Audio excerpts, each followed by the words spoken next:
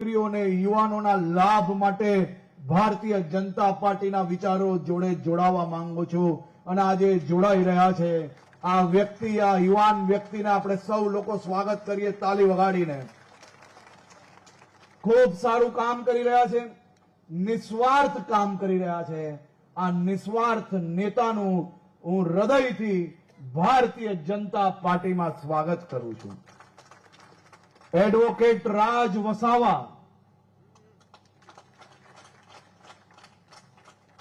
આ બેવ સાથીઓને હું અભિનંદન એટલા માટે આપું છું કે હું બી યુવાન છું, આ બે બી યુવાન છે, પણ યુવાન તરીકે અમારા રાજભાઈ બી ડોક્ટર પ્રફુલભાઈની જેમ કે મારા વિસ્તારના વધારેમાં વધારે લોકોને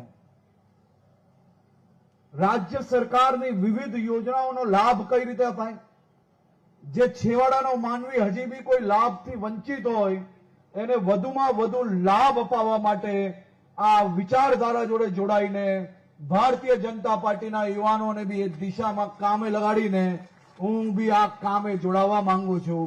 ડોક્ટર રાજભાઈ વસાવા એડવોકેટ છે, અદ્ભુત કામગીરી કરી રહ્યા છે।